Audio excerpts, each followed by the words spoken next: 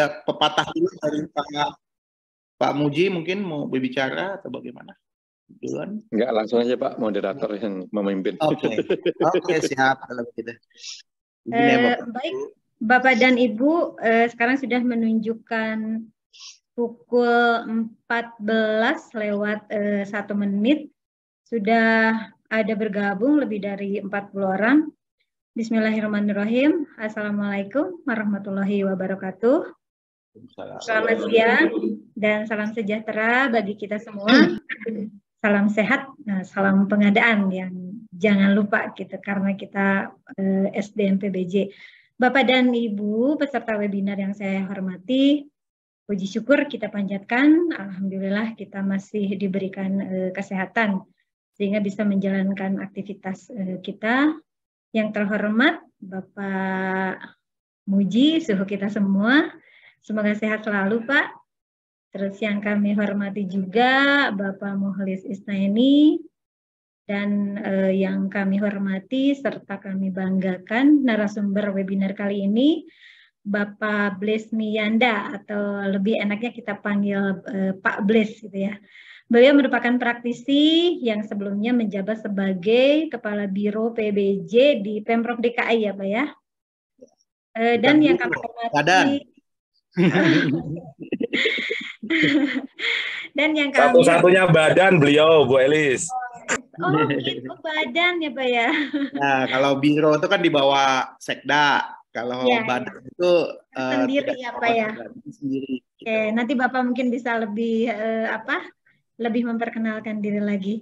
Dan yang kami hormati seluruh peserta webinar yang berbahagia, kami ucapkan selamat bergabung pada webinar hari ini, hari Selasa tanggal 30 Mei, dengan tema yang luar biasa gitu, apalagi buat JF muda yang kita nyebutnya jaksa Pak, Jafum terpaksa gitu, lewat penyetaraan.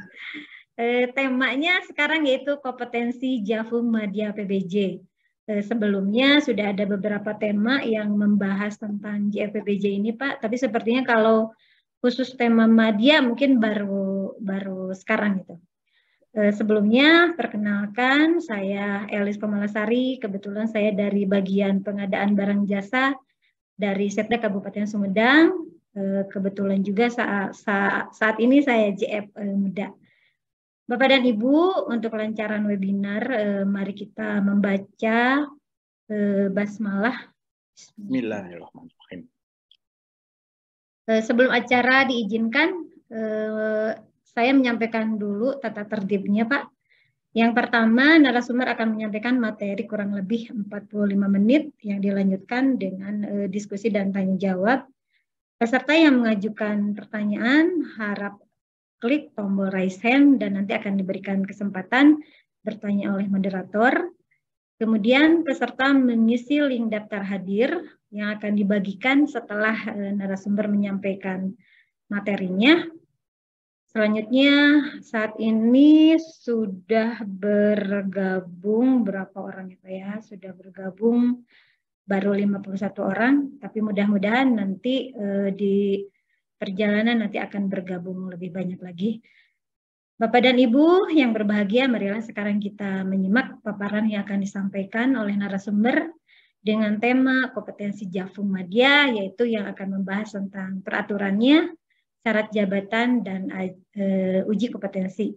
Kepada Bapak narasumber, Pak Bles, waktu dan layar kami persilahkan. Oke, terima kasih Ibu. Kita mulai aja langsung ya supaya menghemat waktu. Ya, Pak. Langsung dari tempat saya ya. Oke.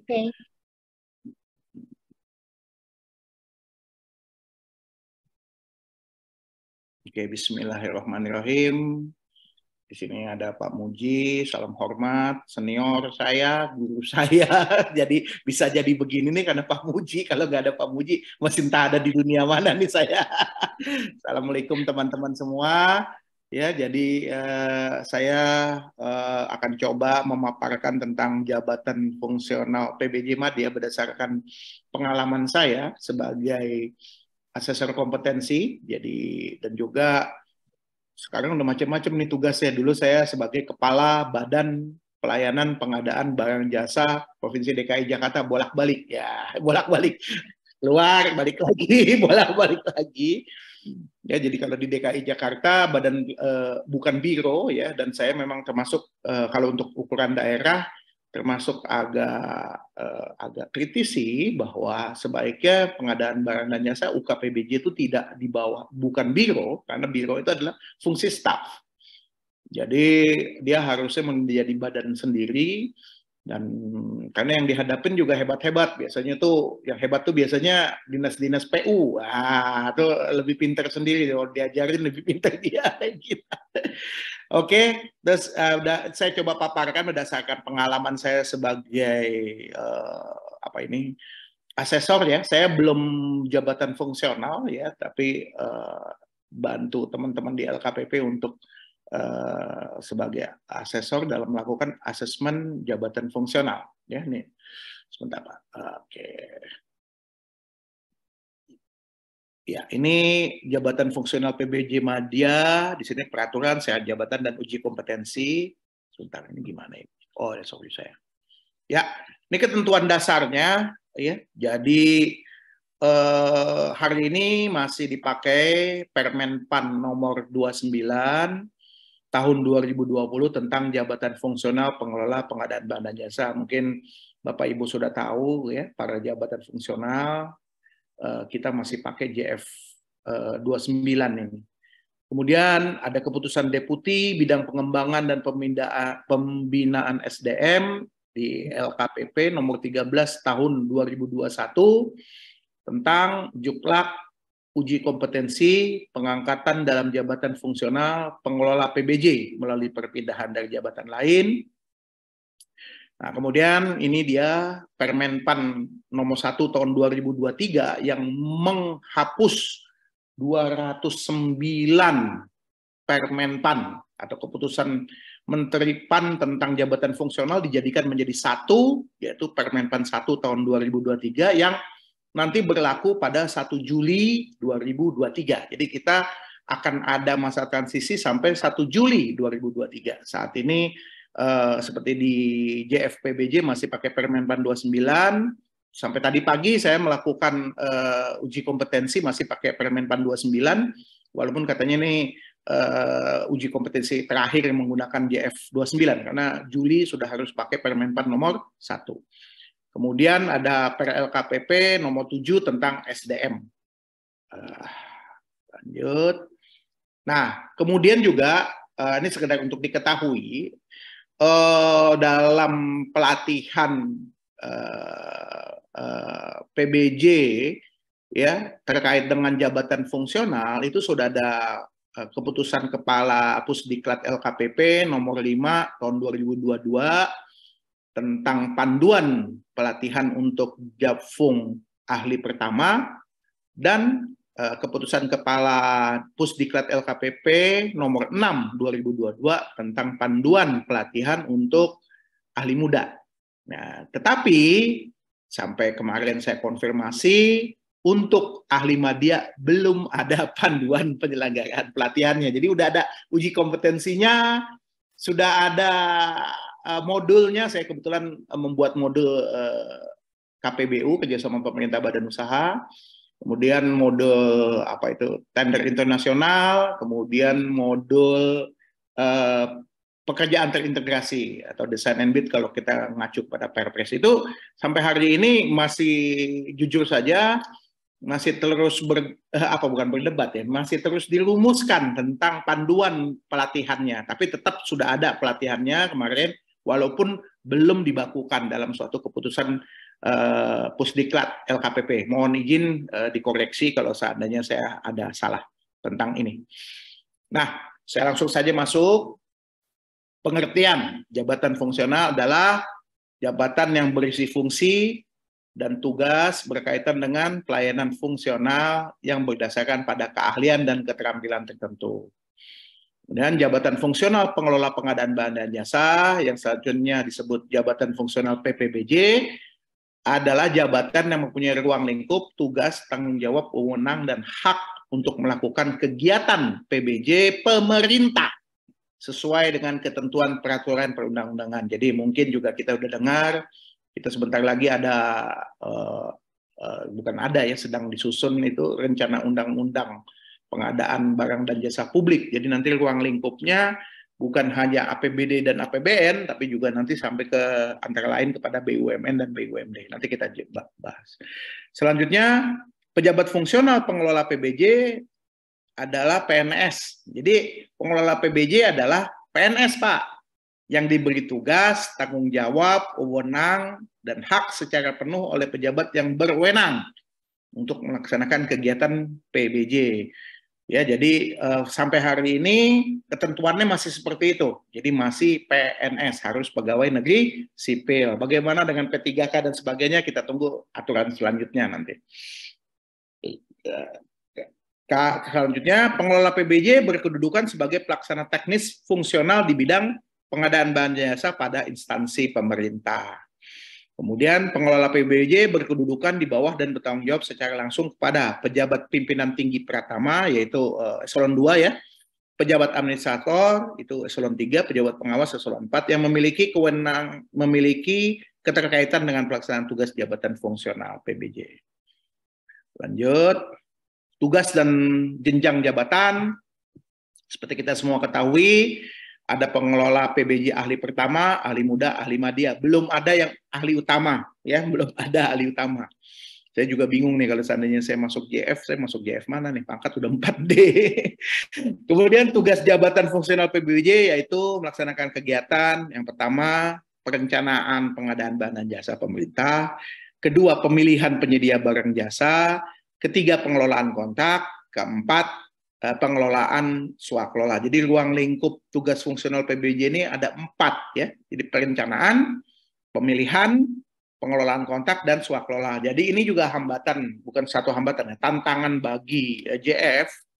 Karena saat ini di UKPBJ rata-rata pemilihan terus pokja itu tidak ikut di dalam perencanaan maupun pengelolaan kontrak dan pengelolaan swakelola. Jadi ini banyak yang sampai hari ini masih agak pincang, ya. Pokja itu, terutama Pokja itu masih di nomor 2 saja. Ya, lanjut. Nah, kita langsung masuk ke, karena kita poinnya adalah ahli madya, kita masuk ke uraian kegiatan tugas pengelola ahli madya. Ini ada urutannya. Yang pertama, apa sih, ngapain sih tugas pengelola PBJ ahli madya? Yang pertama adalah menyusun spek teknis dan kerangka acuan kerja pada pekerjaan yang mempunyai resiko tinggi, memerlukan teknologi tinggi, menggunakan peralatan khusus dengan output hasil pekerjaan konstruksi, layanan, atau sistem. Jadi dia ini kalau kita lihat ya, istilah resiko tinggi, teknologi tinggi, peralatan khusus, outputnya konstruksi, layanan, atau sistem, ini berarti pekerjaan kompleks. Nah, kemarin di dalam diskusi dengan teman-teman di LKPP kaitan kompleks itu salah satunya apa sih definisi risiko tinggi? Ya, kami sampaikan bahwa salah satunya risiko tinggi itu adalah pekerjaan dengan nilai HPS itu adalah paket kualifikasi besar. Jadi di atas 50 miliar itu yang kita masukin, walaupun itu pasca, ada yang masih pakai pasca, tapi kami masukin di situ, ya, kami kritisi bahwa sebenarnya risiko tinggi juga risiko terhadap nilai, misalnya dengan risiko tinggi menjadi perhatian dari aparat penegak hukum mungkin, kemudian masyarakat, pimpinan, dan sebagainya. Jadi ini salah satu terobosan baru kita. Kalau nggak di daerah susah katanya untuk naik ke madya dengan mencari paket-paket yang hanya kepada pekerjaan internasional, KPBU, maupun pekerjaan terintegrasi. Oke. Terus lanjut, menyusun HPS pada pekerjaan yang mempunyai, ini juga tadi, risiko tinggi, teknologi tinggi, jadi berarti menyusun HPS pada pekerjaan yang kompleks. Kemudian melakukan perumusan strategi pengadaan yang sesuai tujuan organisasi. Kemudian melakukan perumusan organisasi pengadaan. Jadi juga melakukan perumusan organisasi nih. Nah, maka itu tadi salah satunya misalnya Di daerah itu ya jangan biro, tapi harusnya badan. Kenapa? Karena kedudukan kepala UKPBJ kalau di bawah kepala dinas, ya agak sulit gitu loh ya kan. Jadi jangan sampai kepala UKP, bahkan ada yang cuma eselon 3, saya nggak tahu, ada yang eselon 4 mungkin, itu lebih repot lagi begitu berhadapan dengan para kepala dinas terutama di daerah. Di tingkat kementerian pun juga seperti itu. Jadi dia harus berhadapan dengan direktur, ya, dengan dirjen dan sebagainya, tapi jabatannya cuma eselon 3. Lanjut, nggak kelihatan nih. Ya, lanjut. Nah, kemudian yang nomor 5, melakukan studi kebutuhan supply chain and logistic management. Ya, jadi melakukan studi kebutuhan itu, spek teknis, syarat penyedia dan proses bisnis penyedia. Ini juga ruang lingkup untuk ahli media. Kemudian yang keenam, melaksanakan pembinaan atau pendampingan pengadaan barang dan jasa pemerintah pada tahap perencanaan pengadaan. Jadi seorang ahli media dia harus juga melakukan pembinaan dan pendampingan pada tahap perencanaan pengadaan. Lanjut, melakukan penyusunan dan penjelasan dokumen pemilihan pada pekerjaan yang dilakukan dengan metode pemilihan, tender, seleksi, atau penunjukan langsung. Melakukan penyusunan dan penjelasan dokumen pemilihan pada tender atau seleksi internasional, pengadaan badan usaha pelaksana KPBU atau pekerjaan terintegrasi. Ini jadi nomor 8 ini poin yang penting ya. Jadi kalau yang tadi itu metode pemilihan, tender, seleksi atau penunjukan langsung di nomor 7, nomor 8-nya udah lebih spesifik, yaitu tender atau seleksi internasional, pengadaan badan usaha KPBU atau pekerjaan terintegrasi. Kemudian yang ke-9, melakukan evaluasi penawaran dengan metode evaluasi kualitas harga terendah ambang batas, sistem nilai, penilaian biaya selama umur ekonomis, kualitas dan biaya, pagu anggaran atau biaya terendah. Berarti seorang ahli media harus memiliki kemampuan melakukan evaluasi penawaran terhadap berbagai metode evaluasi penawaran. Ya, jadi di sini ada harga terendah ambang batas, ada sistem nilai, ada biaya umur ekonomis, ya. Kemudian itu untuk barang dan konstruksi, ya. Kemudian di sini ada kualitas dan biaya, pagu anggaran dan biaya terendah. Kemudian yang ke-10, jadi di samping tadi yang ke-10 adalah melakukan evaluasi penawaran pada tender atau seleksi internasional, pengadaan badan usaha pelaksana KPBU atau pekerjaan terintegrasi. Jadi ini lebih spesifik lagi tadi internasional, KPBU, dan integrasi. Yang 11, melakukan penilaian kualifikasi pada tender, seleksi atau penunjukan langsung. Yang 12, melakukan penilaian kualifikasi pada tender atau seleksi internasional, KPBU, dan terintegrasi. Lanjut, pengelolaan sanggah. Ini juga jelas, melakukan pengelolaan sanggah pada pekerjaan dengan metode pemilihan tender, seleksi atau penunjukan langsung. Yang ke-14, melakukan pengelolaan sanggah pada tender atau seleksi internasional, pengadaan badan usaha KPBU, dan terintegrasi. Kemudian yang ke-15, melakukan pengelolaan sanggah banding pada pekerjaan dengan metode pemilihan tender, seleksi atau penunjukan langsung. Ini kita lihat langsung ya, ini saya ambil langsung dari Permen PAN 29 ya. Kemudian melakukan pengelolaan sanggah banding pada tender atau seleksi internasional, pengadaan badan usaha KPBU atau integrasi. Kemudian untuk negosiasi konsolidasi itu adalah melakukan negosiasi pada pekerjaan dengan metode pemilihan tender, seleksi atau penunjukan langsung, melakukan negosiasi pada tender atau seleksi internasional, KPBU dan integrasi, pekerjaan integrasi atau desain and bid kalau di kita. Kemudian melakukan konsolidasi, ya jadi tugasnya juga melakukan konsolidasi untuk paket pengadaan barang jasa sejenis, melakukan perumusan kontrak dalam bentuk surat perjanjian untuk kontrak pekerjaan terintegrasi, kontrak payung, kontrak internasional, atau kontrak secara itemized. Kemudian mengorganisasikan tim pengelola kontrak, pengadaan barang jasa pemerintah, melakukan pengendalian pelaksanaan kontrak pada pekerjaan yang mempunyai risiko tinggi. Ini jadi melakukan pengendalian pelaksanaan kontrak yang kompleks, ya, bahasanya seperti itu, dengan outputnya pekerjaan konstruksi, layanan atau sistem. Kemudian yang 23, melakukan serah terima hasil pengadaan pada pekerjaan yang kompleks juga, yang outputnya adalah konstruksi, layanan atau sistem. Kemudian mengembangkan sistem evaluasi kinerja penyedia barang jasa pemerintah, ya, jadi sistem evaluasi kinerja penyedia itu kan pakai KPP nomor 4 ya kalau saya tidak salah. Kemudian melaksanakan pembinaan pendampingan pada tahap pengelolaan kontrak. Oke, lanjut. Nah, di swaklola mediasi, melaksanakan mediasi penyelesaian sengketa kontrak. Nah, jadi seorang media pun juga harus memiliki kemampuan melakukan mediasi dalam penyelesaian sengketa kontrak. Kemudian melakukan penyusunan rencana dan persiapan pengadaan secara swaklola pada pekerjaan yang mengacu pada kaidah keilmuan bidang tertentu. Kemudian melaksanakan pengelolaan pengadaan secara swaklola pada pekerjaan yang mengacu pada kaidah keilmuan bidang tertentu.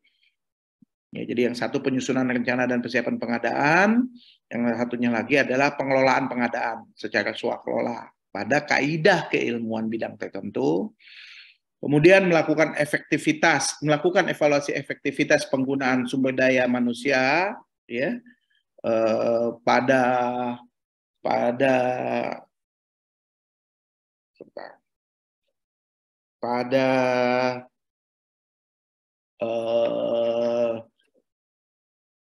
penggunaan sumber daya pada pengadaan barang jasa secara swaklola, melakukan evaluasi efektivitas pencapaian sasaran. Jadi tadi penggunaan sumber daya, yang sekarang pencapaian sasaran atau tujuan, melakukan evaluasi kinerja terhadap instansi pemerintah, organisasi masyarakat atau Pokmas pelaksana swaklola, melaksanakan pembinaan atau pendampingan secara swaklola.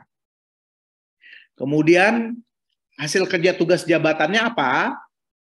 Ya, hasil kerja tugas jabatannya adalah dokumen spek teknis yang merupakan pekerjaan kompleks.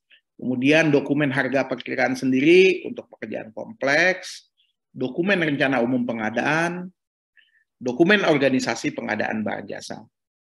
Kemudian laporan studi kebutuhan dan kelayakan penyedia, laporan pembinaan atau pendampingan, dokumen pemilihan tender seleksi atau penunjukan langsung, dokumen pemilihan tender atau seleksi internasional KPBU atau pekerjaan terintegrasi, berita acara evaluasi penawaran dengan metode evaluasi harga terendah ambang batas, sistem nilai, penilaian biaya umur ekonomis, kualitas dan biaya, pagu anggaran dan biaya terendah. Jadi seorang media harus menguasai, ya, evaluasi penawaran, semua metode evaluasi. Kemudian juga di samping itu harus menguasai berita acara evaluasi penawaran untuk seleksi internasional, KPBU, dan terintegrasi. Kemudian juga berita acara penilaian kualifikasi tender seleksi atau penunjukan langsung. Kemudian berita acara penilaian kualifikasi tender atau seleksi internasional, pengadaan badan usaha pelaksana KPBU atau pekerjaan terintegrasi. Lanjut, juga dokumen pengelolaan sanggah, tender, seleksi, atau penunjukan langsung, dokumen pengelolaan sanggah tender atau seleksi internasional, KPBU dan terintegrasi, dokumen pengelolaan sanggah banding, tender, seleksi, atau penunjukan langsung, dokumen pengelolaan sanggah banding, tender, atau seleksi internasional, pengadaan KPBU atau pekerjaan terintegrasi. Lanjut lagi, negosiasi, tender, seleksi, atau penunjukan langsung, berita acara negosiasi tender seleksi internasional, badan usaha KPBU atau terintegrasi, laporan hasil konsolidasi, dokumen batang tubuh surat perjanjian dan syarat khusus kontrak, laporan kegiatan tim pengelola kontrak, laporan kemajuan berkala, pengendalian pelaksanaan kontrak pekerjaan kompleks. Jadi kompleks itu definisinya adalah salah satunya adalah berkualifikasi besar. Wah, ini udah ada pertanyaan nih. Lanjut. Berita acara serah terima hasil pekerjaan untuk pekerjaan kompleks, laporan pengembangan sistem evaluasi kinerja penyedia, laporan pembinaan atau pendampingan, laporan kegiatan, laporan penyusunan rencana dan persiapan pengadaan swaklola, laporan kegiatan swaklola. Yang selanjutnya, laporan evaluasi aktivitas penggunaan sumber daya, ya, laporan evaluasi efektivitas pencapaian untuk swaklola, sasaran tujuan, laporan evaluasi kinerja, dan laporan pembinaan atau pendampingan. Nah, itu tadi cukup banyak ya tugasnya. Nah, ini sebagai pengelola PBJ dapat diberikan tugas sebagai berikut. Jadi, Pokja sebagai Pokja pemilihan, sebagai penjabat pengadaan, sebagai PPK, masih ada juga di sini PJPHP dan PPHP, padahal sebenarnya itu tim pendukung ya. Kemudian juga di samping itu dapat juga dilibatkan dalam tim KPBU atau panitia pengadaan barang, pengadaan badan usaha pelaksana KPBU. Jadi kalau pengelola PBJ dapat diberikan tugas sebagai berikut. Nah, pengangkatan PNS ke dalam jabatan fungsional PBJ itu adalah pengangkatan pertama, perpindahan dari jabatan lain atau promosi. Kita ketahui bahwa pertama itu untuk CPNS, itu untuk ahli pertama dan muda. Nah, perpindahan dari jabatan lain itu sesuai dengan urutannya, sesuai dengan portofolionya dan promosi.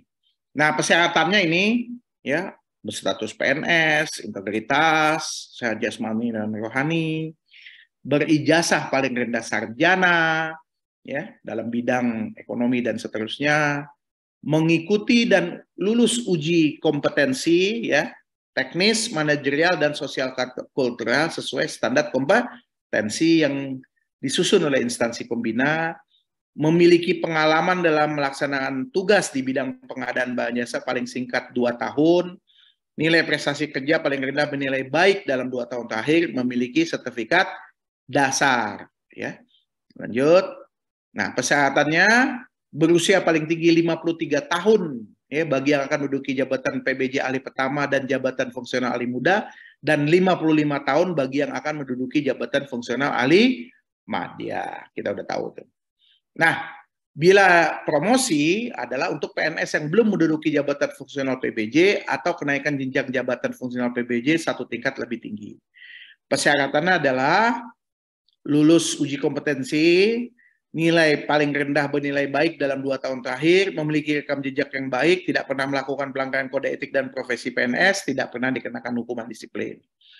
Pengangkatan PNS dalam JF melalui perpindahan dari jabatan lain. Kalau untuk pengelolaan pengadaan barang ahli pertama itu penata muda ya ruang 3A, penata muda tingkat 1 dari 3B. Jadi kalau untuk ahli pertama itu seperti ini. Kemudian untuk ahli muda untuk golongan 3C dan 3D. Sementara untuk ahli madya dari 4A, 4B dan 4C. Jadi kalau melalui perpindahan seperti itu. Lanjut. Nah, ini dia untuk pangkat ruang golongan ya 3A 3B ini dia menduduki PBJ pertama itu uji jenjang pertama, kemudian 3C 3D ahli muda itu UKOM-nya tentang jenjang muda, 4A sampai 4C UKOM-nya jenjang madya. Nah, indikator minimalnya ini saya langsung bahas di madya saja. Untuk perencanaan pengadaan dia harus indikator kompetensi minimal untuk syarat kelulusan adalah untuk perencanaan pengadaan itu minimal 3, kemudian untuk pemilihan penyedia minimal 2, untuk pengelolaan kontrak minimal 3, untuk swaklola minimal 1. Nah, apa contohnya ini dia. Jadi untuk perencanaan tadi dikatakan minimal 3 ya Pak. Jadi bisa pilih salah satu indikator kompetensinya. Ada 1 adalah penyusunan spek teknis dan KK, 2 penyusunan perkiraan harga untuk setiap tahapan pengadaan bahan jasa pemerintah, perumusan strategi pengadaan, perumusan organisasi. Nah, ini harus memenuhi minimal 3 indikator ya. Tapi tiap indikatornya cukup minimal 1. Jadi misalnya penyusunan spek teknis dan KK, dia boleh pilih ya, yang mana dokumen portofolionya. Apakah dokumen spek teknis yang menggunakan metode prakualifikasi, dokumen spek teknis untuk pekerjaan pengadaan terintegrasi, KAK untuk konsultasi badan usaha, atau KAK untuk seleksi internasional. Jadi untuk spek teknis bisa memilih satu dokumen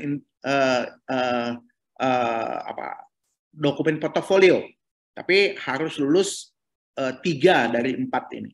Kemudian penyusunan perkiraan harga, yaitu apa yang menjadi dokumen portofolionya, ya. Jadi salah satu dari ini yaitu HPS untuk pekerjaan metode prakualifikasi, HPS untuk pengadaan terintegrasi, HPS untuk seleksi konsultan badan usaha, HPS untuk seleksi internasional. Ya, jadi salah satu aja. Kemudian perumusan strategi pengadaan itu adalah adanya dokumen rencana umum pengadaan yang di dalamnya memuat konsolidasi paket pengadaan. Jadi RUP yang ada konsolidasi disertai dengan rekomendasi dari pengguna anggaran atau kuasa pengguna anggaran. Kemudian perumusan organisasi adalah dokumen organisasi pengadaan yang memuat struktur, tugas, dan fungsi. Jadi perencanaan pengadaan itu harus minimal 3 indikator. Dari 3 indikator ini masing-masing memiliki satu dokumen indikator kompetensinya, ya, portofolionya diambil dari sini, ya. Lanjut. Nah, kemudian untuk pemilihan, kalau tadi untuk perencanaan, pemilihan itu apa? Jadi harus minimal memenuhi 2 indikator kompetensi dan tiap indikator kompetensi minimal 1 portofolio, yaitu apa? Penyusunan dan penjelasan dokumen pemilihan itu yang dibutuhkan adalah summary report, dokumen pemilihan pekerjaan tender terintegrasi internasional, KPBU, ya. Nah, ini yang agak repot nih di daerah yang kemarin kena ramai ini. Kemudian evaluasi penawaran yang dibutuhkan adalah BA, evaluasi penawaran terintegrasi internasional maupun KPBU, BA, pengadaan pekerjaan hasil pengadaan pekerjaan terintegrasi internasional maupun KPBU, summary report yang memuat evaluasi penawaran terintegrasi, tender internasional, dan KPBU. Ini yang kemarin jadi jurangnya ini di dalam proses pemilihan, ya. Jadi 2, dia harus memiliki minimal 2 indikator kompetensi, tapi terkendala terhadap materi ini. Lanjut. Kemudian penilaian kualifikasi terhadap pekerjaan terintegrasi, tender internasional, dan KPBU. Berita acara hasil, ya, jadi untuk penilaian kualifikasi sama juga. Kemudian summary report terhadap penilaian kualifikasi juga sama tadi, terintegrasi, internasional, dan KPBU. Kemudian untuk kontrak adalah perumusan kontrak, jadi minimal 3 indikator, tiap indikator minimal 1 portofolio, yaitu apa? Membuat dokumen batang tubuh surat perjanjian dan SSKK untuk kontrak terintegrasi, kontrak payung, pengadaan barang jasa internasional, kemudian kontrak pemilihan penyedia yang dilakukan itemized, ini konsolidasi. Kemudian pengendalian pelaksanaan kontrak, ya, yaitu dokumen kemajuan progres pekerjaan pada pengadaan yang menggunakan kontrak terintegrasi, kontrak payung internasional, kemudian itemized, diantaranya dapat berupa berita acara atau notulen rapat dan daftar hadir pembahasan kontrak kritis. Ya, ini dia dalam pengendalian. Jadi ada kontrak kritis. Nanti kita lihat itu laporan kemajuan pekerjaan, kemudian progres pekerjaan dalam kurva S. Ini biasanya ada di pekerjaan konstruksi, ya, di SE Permen PUPR 2019 kalau saya tidak salah. Ini yang bisa dipakai untuk pengendalian. Karena tadi kan dibutuhkan, kita lihat di sini untuk pengelolaan kontrak minimal 3 indikator, ya kan? Jadi di 3 indikator, 1 portofolio. Kemudian pembentukan tim pengelola kontrak pengadaan barang jasa adalah SK tim pengelola kontrak yang disusun oleh pejabat pembuat komitmen, serah terima hasil pengadaan, berita acara serah terima hasil pekerjaan pada pengadaan yang menggunakan bentuk kontrak surat perjanjian, ya kan? Di sini untuk pekerjaan terintegrasi, kontrak payung, kemudian pekerjaan internasional, dan itemized. Kemudian evaluasi kinerja penyedia, yaitu notulen rapat pembahasan instrumen evaluasi kinerja penyedia, instrumen evaluasi kinerja penyedia, pengadaan bahan jasa pemerintah. Jadi ada penyedia, dan notulen rapat ada instrumennya. Nah, kalau untuk secara swaklola itu harus memenuhi indikator kompetensi satu saja dan satu portofolionya, yaitu laporan kegiatan swaklola yang memuat evaluasi efektivitas terhadap penggunaan sumber daya, pencapaian sasaran tujuan, dan kinerja instansi pemerintah, ormas, pokmas, pelaksana swaklola seperti pemrosesan pengolahan data, perumusan kebijakan publik, pengujian laboratorium, pengembangan sistem, aplikasi tata kelola atau standar mutu. Ini saya rasa cukup sampai di sini. Terima kasih. Saya kembali lagi ke moderator. Silakan. Baik, terima kasih Pak Bles, paparannya luar biasa, membuat pencerahan dan juga kalau saya pribadi bingung dan sepertinya sangat sulit gitu. Apalagi ketika udah bicara masalah tender internasional gitu. Pekerjaan terintegrasi KPBU gitu apalagi di daerah ya Pak ya, di kabupaten sepertinya sangat impossible gitu ada. Ya, jadi itu kemarin banyak diprotes tuh Puspita KPP. Waduh, daerah nggak ada yang bisa. Nah, makanya nanti kita diskusi ya. Jadi kenapa kemarin kita rumuskan salah satunya ya harus dirubah itu Permen 29. Nggak bisa kalau kayak gitu di daerah nggak ada yang bisa jadi madya kalau gitu caranya gitu loh. Kecuali daerah khusus ibu kota DKI Jakarta. Baik, Bapak dan Ibu, silakan yang mau bertanya, raise hand, klik raise hand. Saya yakin Bapak dan Ibu pasti sangat bingung. Mudah-mudahan nanti melalui diskusi ini akan ada pencerahan, khususnya bagaimana strateginya mungkin ya Pak ya. Karena di daerah itu ada yang ada buat slotnya, tapi susah buat mau ikut diklat penjenjangan aja susah, apalagi uji kompetensi gitu. Atau ada yang bisa gitu, tapi ternyata dia slotnya nggak ada. Katanya gampang itu solusinya pindah saja gitu. Tapi kan yang namanya pindah nggak semudah itu gitu ya. Silakan Bapak dan Ibu yang mau bertanya. Oke. Ya di sini sudah ada Pak Haswandi.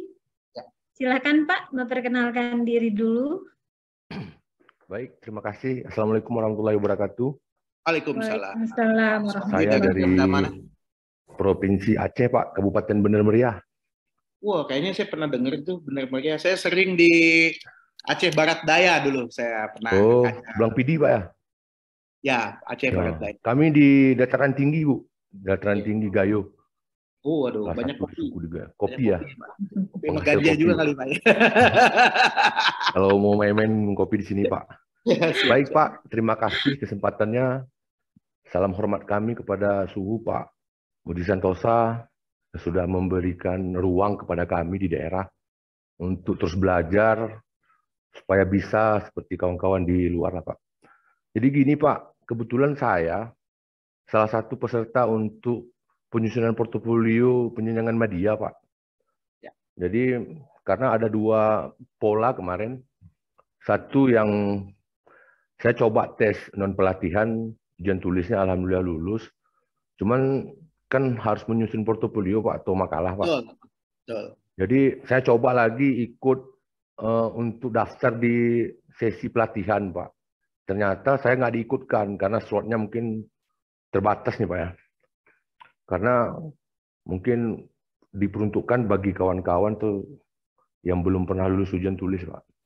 Jadi ujian tulisnya sudah lama, Pak. Mungkin sudah hampir lebih dari 6 bulan, 7 bulan yang lalu, Pak. Cuman untuk kompetensi penyusunan portofolio ini saya memang gimana ya bilang, Pak? Seperti yang disampaikan tadi oleh Ibu Moderator, kami di daerah ini kan, kita kan indikatornya cuma 3 itu, Pak. Tender internasional, seleksi internasional, pekerjaan terintegrasi atau KBPU. Kita sudah cari itu, Pak. Coba cari materinya itu. Kalau tender internasional sepertinya kayak pengadaan vaksin kan susah menembusnya itu, Pak. Bagaimana menembus dokumen segala macamnya kan untuk kita bisa meminta dokumennya supaya kita bisa nulis. Ataupun pekerjaan terintegrasi itu seperti kami baca tuh kayaknya seperti kereta api cepat Jakarta Bandung tuh, Pak. harus jumpa dengan Pak Luhut dulu kita ya Pak, baru bisa dapat dokumennya. Ataupun KBPU, ya mungkin KBPU ini mungkin ada peluangnya di sini, karena kita di Aceh sudah ada, sepertinya KBPU ini kayak jalan tol ya Pak ya, pekerjaan jalan tol, kita di Aceh sudah ada jalan tol. Mungkin saya coba akan itu nanti Pak. Cuman yang kewalahan saya Pak, untuk bisa mendapatkan dokumen-dokumen yang seperti disyaratkan pada panduan ini Pak. Seperti tadi kan berita acara atau dokumen pemilihannya dan segala macamnya Pak. Sehingga kita bisa menulis makalah lah. Karena kan kalau berdasarkan portofolio pengalaman sudah otomatis kami tidak punya Pak. Ya, betul. Di daerah itu kan kami itu paling kuat, tender kami itu paling besarnya 10 miliar Pak. Iya. 10 miliar itu sudah habis kuat. Kualifikasi kecil tuh Pak. Sangat. Jadi kan hampir menyerah, kayaknya nggak bisa lagi naik ini di Kemedia. Jadi kan bagaimana kira-kira menurut Bapak, Bles? Ya. Atau jangan-jangan mungkin ada trik-trik khusus supaya mendapatkan dokumen ini?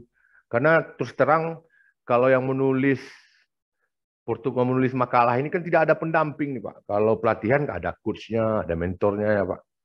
Ini kan artinya kita nulis sendiri, kita nggak tahu tanya siapa. Nanti bolak-balik tulisan kita tuh kan nggak di ini Pak. Jadi mohon itu Pak, dari kami dari Aceh, mohon jika bisa permenpannya itu dijudikal lagi atau diulang lagi, itu lebih bagus Pak, biar menjaga kami di daerah ini supaya kami punya peluang Pak untuk naik ke media. Di daerah ini Pak kan kalau standarnya tingkat nasional, tapi secara TPP-nya itu kemampuan daerah Pak, kan nggak adil seperti itu Pak. Naiknya standar nasional, tapi pengirian TPP-nya kemampuan daerah Pak. Ya. Kerjanya sama seperti yang di daerah-daerah lain. Mungkin itu dulu Pak, nanti sambil berjalan kita akan diskusi lagi Pak. Terima kasih waktunya Pak. Iya, terima kasih Pak Haswandi atas pertanyaannya. Tadi sudah sangat jelas gitu Pak. Mungkin langsung saja Pak Bles memberikan pencerahannya buat Pak Haswandi. Ya, terima kasih ya Pak Haswandi. Jadi betul saya sebagai asesor, kebetulan saya juga beberapa kali mengasesmen JF Madya gitu loh. Alhamdulillah mungkin dari 10 yang lulus 1. Gitu loh. Dari 10 yang lulus 1, 9 gagal gitu loh. Jadi banyak sekali terutama teman-teman di daerah itu dan rata-rata yang lulus itu malah pekerjaan internasional. Justru yang terintegrasi gugur semua. Kenapa? Karena memang pengalaman dalam melakukan pekerjaan terintegrasi itu belum memadai, gitu kan? Bahkan ada yang sudah pendampingan oleh coaching 2,5 bulan, ya kalau nggak salah saya ya waktu itu. Kemudian sudah melalui evaluator, ketemu sama saya gugur. Ya mohon maaf bukan karena saya galak, saya ngikutin ketentuannya gitu loh. Kalau saya tuh melakukan assessment ya, itu berdasarkan ketentuan yaitu JF29 ya. Kemudian Bapak Ibu ya kita berharap memang JF29 Permenpan 29 ini sudah dihapuskan dengan sendirinya dengan terbitnya Permenpan 1 tahun 2023. Ini udah pasti Pak, jadi udah diganti. Ketentuannya sudah menyatakan Permenpan 29 ini dihapus, sudah tidak berlaku. Jadi mulai pakai ketentuan Permenpan 1 tahun 2023 per Juli 2023. Jadi kurang lebih 2 bulan lagi. Nah, saya belum tahu apa isi dari juknisnya, ya kan pasti kan ada juknisnya kan nanti juknis juklaknya ya. Nah salah satu rumusan bocoran saya katakan sampai kayak kapanpun di daerah tidak akan ada atau sulit sekali naik ke JF Madya kalau dokumen portofolionya masih internasional, desain and bid dan KPBU. Karena gini. Pekerjaan terintegrasi pun sampai hari ini perpresnya dan per LKPP 12 itu masih pekerjaan konstruksi. Wah, kan kemarin saya lihat, bahkan saya pernah, mohon maaf ya, lihat juga tuh ada modul, wah ini kan pekerjaan terintegrasi bisa nih antara misalnya barang dengan konstruksi gitu loh ya kan. Padahal ketentuannya kalau Bapak perhatikan, kan dia di Perpres sudah jelas bahwa yang menjadi tidak ada HPS, yang penting ada pagu anggaran, kan begitu ya. Nah, tapi dapat dihitung, bukan tidak dapat dihitung, gitu loh. Nah, itulah sebenarnya kata kuncinya bahwa pekerjaan terintegrasi sampai hari ini adalah design and build, pekerjaan konstruksi. Karena nggak ada turunannya, Bapak cari MDP-nya pun nggak ada. MDP-nya pasti MDP pekerjaan konstruksi, itu ada di per LKPP 12. Nah, saya termasuk yang agak berani menggugurkan semua asesi yang tidak menggunakan per LKPP 12. Walaupun saya diprotes nih, coach-nya juga senior-senior, anak buahnya Pak Muji juga, kemudian evaluatornya eselon 2 di LKPP, saya batalkan, saya bilang tidak bisa. Kenapa? Karena per LKPP 12 tahun 2021, MDP-nya, model dokumen pemilihannya sampai hari ini adalah pekerjaan konstruksi, yaitu design and build. Nah, itu ini saya cerita. Ini benar saya sumber sejarahnya langsung nih. Ini saya ngomong di sini. Pak Muji tolong dikoreksi kalau salah. Jadi itu kondisinya seperti itu. Saya bilang sampai mati pun tidak akan bisa. Saya sebagai asesor bekerja berdasarkan dasar ketentuan. Jadi Pak Haswandi bilang sampai mati nggak bakalan bisa. Iya, tidak akan bisa. Dari 10 yang ujian nama saya, 9 gugur. Yang lulus cuma 1, itu pun pekerjaan internasional. Jadi ada dari daerah ini, waktu itu ada pekerjaan tender internasional di Kementerian Pertanian. Jadi dia membagi paketnya ke daerah di Sulawesi, kalau nggak salah ya. Nah, dia lolos tuh, masuk. Yang lainnya nggak ada yang lolos. Nah, akhirnya saya sampaikan mengkritisi ini. Saya bilang, saya sebagai asesor kan nggak bisa bekerja menurut pendapat saya. Asesor bekerja berdasarkan ketentuan peraturan perundangan. Walaupun saya tahu, waduh ini sangat dikunci banget ya Pak Beles. Ya iya, tapi ketentuannya memang begitu gitu loh. Nah, salah satunya yang ada di daerah itu apa? Yang ada di daerah itu sebenarnya Pak Muji juga udah tahu, itu adalah Badan Layanan Umum Daerah. Di situ di Permendagri 79 kalau nggak salah saya tahun 2020 kalau nggak salah saya, itu ada dinyatakan bahwa Badan Layanan Umum Daerah dapat melakukan kerjasama operasi dan kerjasama pemanfaatan. Itu kan sebenarnya kerjasama pemerintah dan badan usaha. KPBU juga itu, gitu loh. Tapi dalam level skala daerah. Nah, ini yang termasuk saya ajukan untuk menjadi materi baru agar teman-teman daerah dapat naik ke madya. Saya bilang silakan baca tuh Permendagri 79, saya bilang. Nah, karena dia termasuk pengadaan yang dikecualikan menggunakan per LKPP nomor 5 tahun 2021. Salah satu pengadaan yang dikecualikan adalah Badan Layanan Umum. Di daerah pasti ada tuh rumah sakit, PDAM mungkin, apa itu banyak. Nah, tinggal masuk kepada kerjasama operasi. Kalau kerjasama operasi itu adalah terkait dengan investasi badan usaha, ya kerjasama pemerintah badan usaha sama investasi, tapi dalam skala yang lebih kecil. Sebab KPBU sekarang itu pun Perpresnya masih Perpres 39 kalau saya nggak salah tentang infrastruktur. Bukan Perpres pengadaan barang dan jasa. Jadi KPBU itu di luar sendiri gitu loh. Yang diinisiasi oleh Bappenas itu aduh luar biasa. Dan kebetulan saya yang bikin modul KPBU-nya. Waduh setengah mati itu.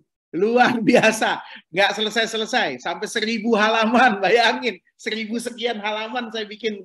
Wah luar biasa itu. Ya wakaf saya terhadap ilmu pengadaan itu. 1000 halaman saya bikin itu. 1000 sekian halaman. Bayangin. Modulnya aja seperti itu gitu. Nah, jadi kita berdoa dan saya akan membantu dan mengawal. Saya bilang, kalau daerah ingin dapat jabatan fungsional madya, maka harus apa potensi daerah? Ya potensi daerah adanya Badan Layanan Umum. Nah, Badan Layanan Umum Daerah pasti ada kan, rumah sakit kan ada kan, pasti kan, Badan Layanan Umum Daerah misalnya. Nah, apa pengadaannya? KSO, kerjasama operasi, atau kerjasama pemanfaatan. Kalau kerjasama pemanfaatan itu adalah aset misalnya. Kalau kerjasama operasional, misalnya alat di rumah sakit, laboratorium, itu rumit juga. Kenapa? Karena untuk pengadaannya harus melalui kajian. Yang biasa kita pakai adalah cost benefit ratio. Itu berat, Pak. Nggak gampang juga melakukan misalnya seperti di Rumah Sakit Sanglah di Bali, kebetulan saya udah pernah baca itu ya. Itu melakukan kajian cost benefit ratio-nya juga berat, nggak gampang. Dari situ baru ketahuan ada cara perhitungannya. Nah, ini mudah-mudahan saja kalau itu terjadi, itu sudah merupakan satu jalan keluar bagi daerah untuk aktif, dan itu tadi kita para pengelola PBJ harus keluar dari zona UKPBJ, harus keluar, harus ke BLU, harus pendampingan dan seterusnya gitu loh, ya kan? Nah, ini mestinya ditindaklanjuti. Memang kelemahannya, bukan kelemahan, tantangannya di Permendagri 79, KSO dan kerjasama pemanfaatan harus ditindaklanjuti dengan keputusan kepala daerah. Nah, jadi Permendagrinya sudah ada, Per-LKPP-nya sudah ada, ya kan? Yang kurang adalah keputusan kepala daerah. Nah, ini yang belum kita rumuskan. Saya juga berbicara dengan Direktorat pengadaan khusus kalau nggak salah, Pak Raden Ari. Nah, ini saya bilang jangan dipisahkan, nanti bergerak sendiri, justru nanti kepentingan JF Madianya yang nggak jalan. Karena saat ini Badan Layanan Umum pengadaannya suka-suka. Kalau di DKI Jakarta ambil contoh, Badan Layanan Umum daerahnya misalnya elektronik, jalan elektronik itu, kok saya lupa itu. Jalan elektronik, kita bikin itu, Badan Layanan Umum bikin tender sendiri gitu. Nah, ini ya menjadi tantangan gitu ya. Jadi sementara seperti itu Pak Haswandi ya. Jadi desain pekerjaan terintegrasi pasti Bapak gugur kalau bukan pekerjaan konstruksi. Ini saya kasih tahu Pak. Jadi kalau Pak kan boleh ya, bahkan ya saya juga agak mengkritisi modul yang dibuat oleh LKPP, modulnya salah.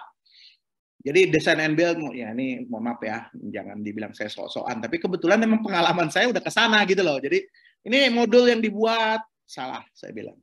Desain and build salah, ya pekerjaan integrasi salah, kemudian bukan salah ya, karena nggak ada ketentuannya yang dibuat itu, makanya saya termasuk mengkritisi. Kalau mau ngomong tentang pekerjaan integrasi hari ini hanya ada desain and build, karena apa? MDP-nya ada, Per-LKPP-nya ada, selain dari itu tidak ada. Jadi waktu pas diuji nggak ada tuh model dokumen pemilihannya sampai kemana, ketentuannya nggak ada. Itu berat sekali kalau. Jadi kalau Bapak mau ngambil pekerjaan terintegrasi harus design and build. Design and build, salah satunya adalah biasanya nilainya di atas 100 miliar. Nah, itu satu. Yang kedua juga pekerjaan kompleks, tadi kita udah jelas itu ya. Dia harus pekerjaan apa yang risiko tinggi. Nah, selama ini ada yang di atas 50 M dianggap bukan risiko tinggi. Saya bilang itu risiko tinggi. Risiko dipanggil APH, dipanggil LSM, diintervensi pimpinan, dan seterusnya. Makanya waktu itu saya bilang, jadi tidak hanya yang prakualifikasi, bisa juga terjadi pasca kualifikasi, tapi nilainya di atas 50 M berkualifikasi besar.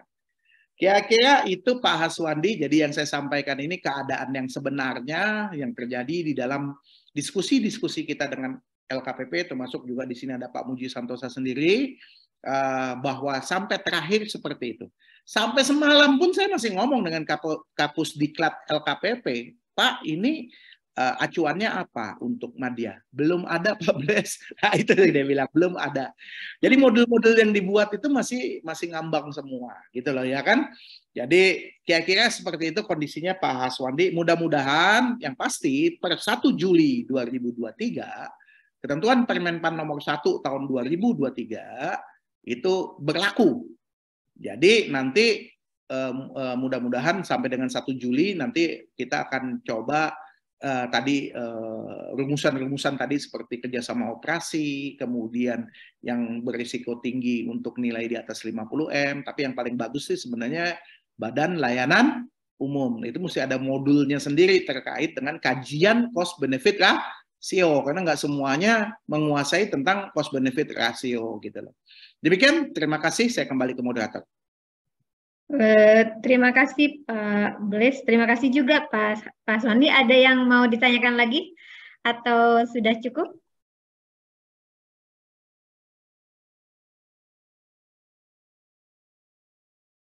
Masih di-unmute, Pak.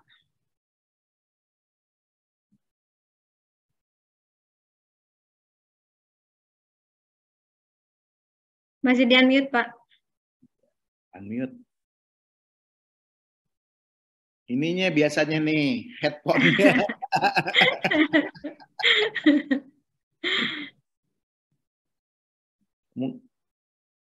Mungkin sambil berjalan.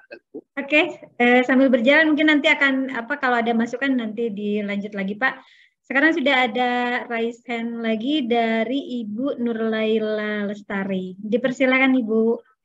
Ya, izin, terima kasih. Salam Pak Bles. Saya ingin bertanya. Ini DKI. Ya, Pak, berarti banyak juga anak DKI nih pada ngelihat di sini. Iya. Saya dengar ini. Sebelumnya saya dengar katanya dari 29 orang. Cuma 1 yang lulus. Saya bilang, itu dia, Pak. Aduh, Pak, jangan buka kartu, Pak. Oke. Wah, ini saya kalau DKI yang nanya makin seru nih, banyak yang saya bukan. Karena saya tahu persis. Oke, silakan. Lela, gimana? Iya, Pak. Iya, terkait yang tadi Bapak katakan untuk pekerjaan kompleks itu kan bisa dikualifikasi besar dengan nilai di atas 50 miliar. Sedangkan untuk yang aturan sekarang kan belum ada, Pak. Itu jadi gimana tuh, Pak? Apakah kita boleh ketika kita berargumen, oh ini bisa nih dikatakan kompleks nilainya karena 100, padahal aturan tersebut kan sudah tidak ada gitu. Gimana tuh, Pak ya? Penjelasan. Nah, ini sebenarnya bukan aturan yang nggak ada. Pokja BPPBJ DKI aja kagak ngebaca. Aduh, salah nih saya jadi. Kalau DKI ini habis sama saya ini. Jadi gini, di LKPP 12, tolong dibaca dengan baik ya. Di LKPP 12 itu kan 12 tahun 2021 itu ketentuannya itu jelas. Untuk pekerjaan kompleks harus prakualifikasi. Metode ambang batas harga terendah kan ada juga yang disebut dengan pasca kualifikasi, kan begitu.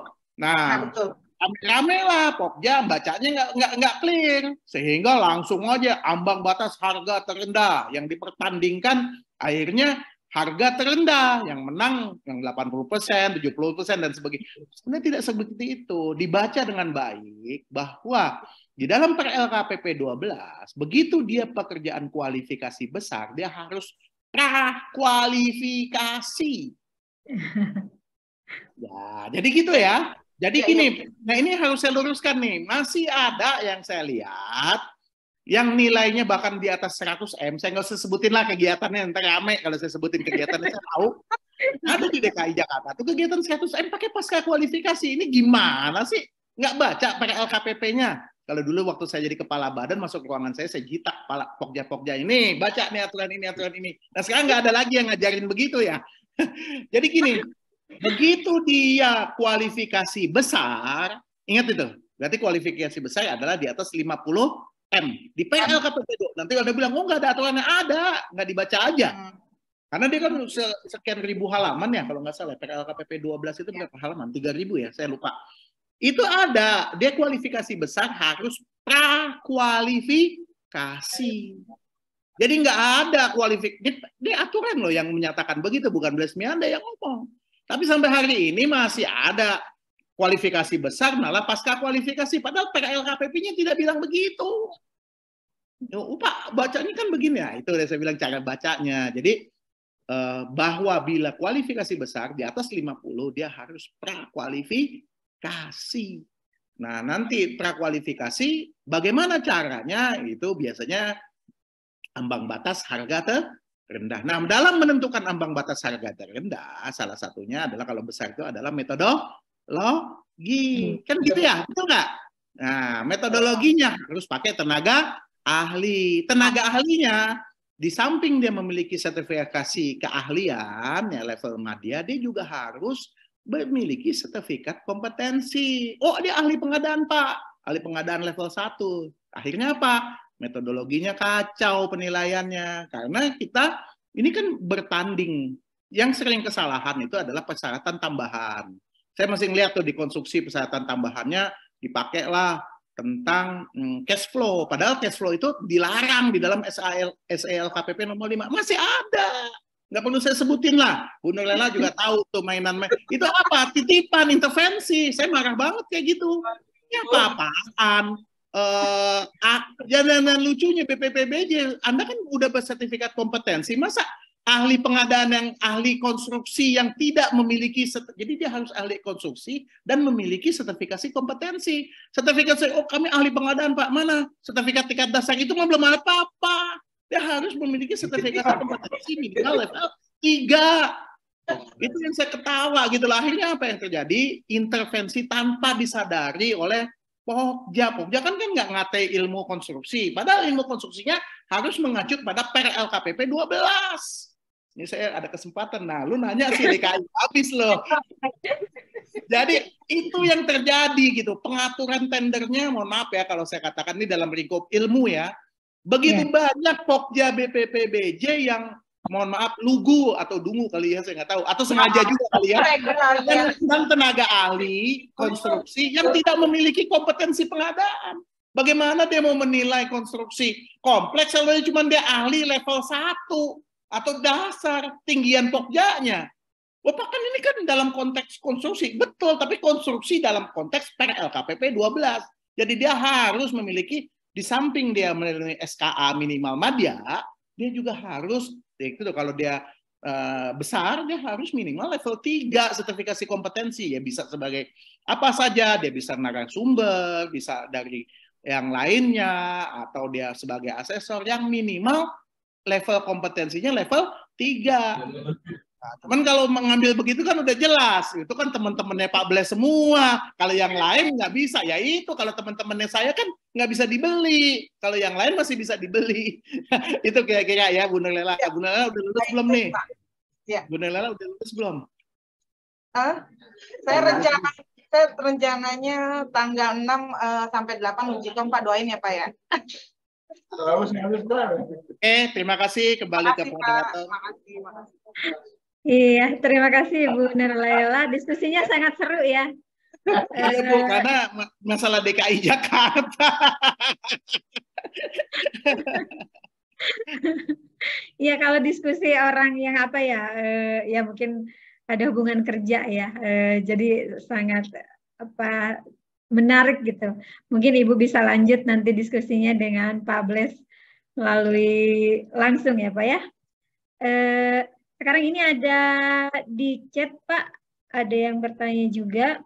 Sebelum nunggu yang raise hand, silakan Bapak dan Ibu kalau ada yang masih ingin ditanyakan, klik raise hand. Sekarang saya coba baca yang dari Ibu Betty Apriliana. Bagaimana caranya memperoleh portofolio untuk JPPBJ yang akan mengikuti uji kom JPPBJ Madya di daerah yang hampir tidak ada paket seleksi internasional? Mungkin tadi udah dibahas ya Pak ya. Dan mengikuti penjenjangan Madya di LKPP selalu tidak kebagian slot gitu. Udah nggak, dapat slotnya susah, ketemu sama saya nggak lulus lagi kan susah. Itu. Mungkin hasil diskusi nanti, terutama yang apa slotnya susah, materinya juga susah gitu, mungkin nanti bisa Bapak sampaikan ke LKPP. Jadi mudah-mudahan nanti akan lebih apa ya, lebih bisa lagi gitu dari kabupaten kota untuk mengikuti yang Madya. Terus ini ada juga pertanyaan, silakan Bapak dan Ibu kalau ada yang masih mau bertanya klik raise hand sambil menunggu. Saya izin membacakan lagi dari Ibu Rusnianti. Izin bertanya Pak, jika yang sudah menjadi JF Madya melalui perpindahan, akan tetapi pekerjaan yang diterima sekarang tidak sesuai dengan uraian tugasnya, hanya menjadi Pokmil dan PPBJ saja. Apakah akan ada teguran atau sanksinya? Selain itu, untuk paket internasional pun untuk daerah belum ada. Adakah pelatihan-pelatihan apa yang wajib diikuti oleh JF Madya? Mohon arahannya, terima kasih. Silakan Pak. Ya, jadi gini, kebanyakan JF itu kan ada di UKPBJ, betul kan? Nah, begitu dia ada di UKPBJ, dia terkunci. Itu sama tadi saya katakan, seperti di DKI Jakarta. Dia hanya asik kepada pemilihan saja, tender saja. Padahal tugas Pokja itu ada 4, yaitu perencanaan pengadaan, tugas JF ya, perencanaan pengadaan, pemilihan, pengendalian kontak, dan swakelola. Dari 4 ini 3 itu ada di luar UKPBJ. Harusnya ya, JF Pokja, JF pengadaan itu harusnya di-share, dibagi ke SKPD kalau di daerah ya, ini kebanyakan banyak daerah, dia harus terlibat di dalam perencanaan pengadaan. Ya tadi pagi aja saya lihat ada yang barusan tadi pagi saya melakukan assessment sebagai asesor ya. Itu tahu-tahu begitu menyusun spesifikasi dari langit pakai pembanding harga. Ini saya bilang dari mana identifikasi kebutuhannya? Nggak jelas. Bagaimana menyusun RUP-nya? Tidak jelas. Bagaimana rencana pengadaannya? Tidak jelas. Bagaimana penyusunan spesifikasi teknisnya? Tidak jelas. Tahu-tahu jadi TOR atau KAK atau spek teknisnya dokumen gitu. Nah ini peran dari JFPBJ ini yang harusnya turun ke sana. Ya jadi tentang identifikasi kebutuhan itu harus dimulai. Dan kalau terutama di daerah sebelum menjadi dokumen palaks penggunaan anggaran DPA, dia kan harus menyusun identifikasi kebutuhan. Ini yang banyak asal. Begitu loh. Ini kan mestinya butuh JFPBJ yang dititipkan mendampingi para SKPD dalam melakukan perencanaan pengadaan. Jadi nggak ujuk-ujuk tahu-tahu jadi RUP. Saat ini ujuk-ujuk jadi RUP, tahu-tahu muncul di sirup. Dasarnya apa? Tidak berdasarkan identifikasi kebutuhan. Begitu ditanya, siapa yang bertanggung jawab dalam perencanaan pengadaan? Wah, saya mah belum tentu tahun depan jadi pejabat pembuat komitmen. Kalau di SKPD kan begitu. Padahal ketentuan yang bertanggung jawab dalam perencanaan pengadaan adalah PPK yang bertugas saat ini. Nah, disitulah dibantu peran JFPBJ. Itu satu tuh dalam perencanaan. Kemudian dalam tadi perencanaan, kemudian pemilihan, tadi udah jelas ya pemilihan, kemudian pengendalian kontrak. Nah ini juga JFPBJ jangan zona nyaman setelah tender dia ngelepas. Dia harus terlibat di dalam pengendalian kontrak, terutama kontrak-kontrak kritis. Ya, jadi itu ambil contoh pada waktu banyak sekali pekerjaan konstruksi yang perlu pendampingan. Ya, pakai SE 59 tahun 2009 itu ada ketentuannya. Nah ini Pokja juga sembari dengan dia ikut mendampingi juga membuat dia belajar gitu loh. Jadi jangan mau dibohong-bohongin sama bukan konsultan, tenaga ahli abal-abal. Di situ nanti masuk syarat tambahan padahal dia mau memenangkan rekanan tertentu. Di situ dibikinlah cash flow. Apaan? Cash flow itu adanya untuk pengendalian kontrak. Itu persyaratannya gitu loh. Di situ saya pernah lihat dokumennya tuh. Saya lihat sendiri dengan mata kepala saya sendiri. Ini siapa yang buat begini? Pokjanya kok diam aja, saya bilang. Ya karena Pokjanya belum pernah melakukan pendampingan sehingga nggak tahu kontak kritis itu seperti apa, kurva S seperti apa. Itu ada dan menarik sekali pengendalian kontak itu banyak yang harus dikerjakan. Kemudian juga terkait dengan swakelola. Swakelola ini rata-rata di daerah swakelola tipe 1 aja semuanya.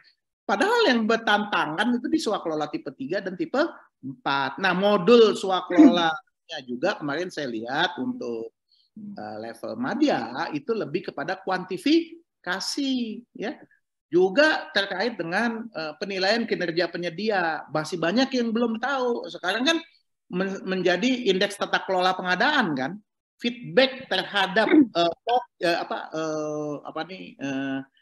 feedback terhadap pekerjaan dia harus masuk ke kinerja penyedia. Nah ini Pokja bisa mendampingi juga nggak pakai asal. Ada PRLKPP nomor 4 tahun 2021 gimana cara melakukan penilaiannya. Nah inilah pentingnya juga UKPBJ ya mungkin dengan organisasi kepala UKPBJ-nya dan sebagainya harus bergabung dengan SKPD lain misalnya yang bergerak di bidang perencanaan ya kan untuk menyebarkan para JFPBJ-nya untuk tidak hanya di pemilihan. Dia harus terlibat dari perencanaan, pemilihan sendiri ada di UKPBJ, kemudian di pengendalian kontak ada di SKPD, dan pelaksanaan.